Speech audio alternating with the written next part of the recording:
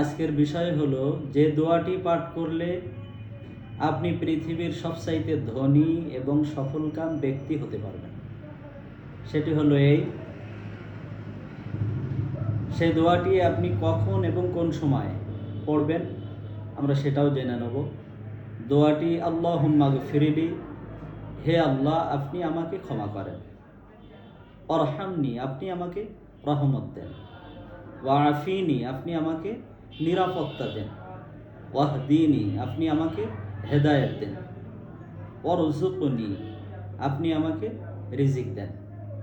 এই দোয়াটি অধিকাংশ আমাদের প্রায় অনেকেরই মুখস্থ, হয়তো বা আমরা অর্থ জানি না।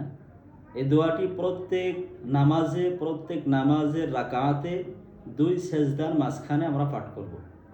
যদি এই দোয়াটি আমরা পাঠ করতে পারি, নিশ্চয় আল্লাহ তাআলা আমাদেরকে ক্ষমা করবেন এবং রহমত দান করবেন, এবং আল্লাহ তাআলা আমাদেরকে নিরাপত্তা দেবেন, এবং আল্লাহ তাআলা আমাদেরকে হেদায়েত দিবেন, এবং সেই মহান রব আমাদেরকে উত্তম রিজিক দান করবেন।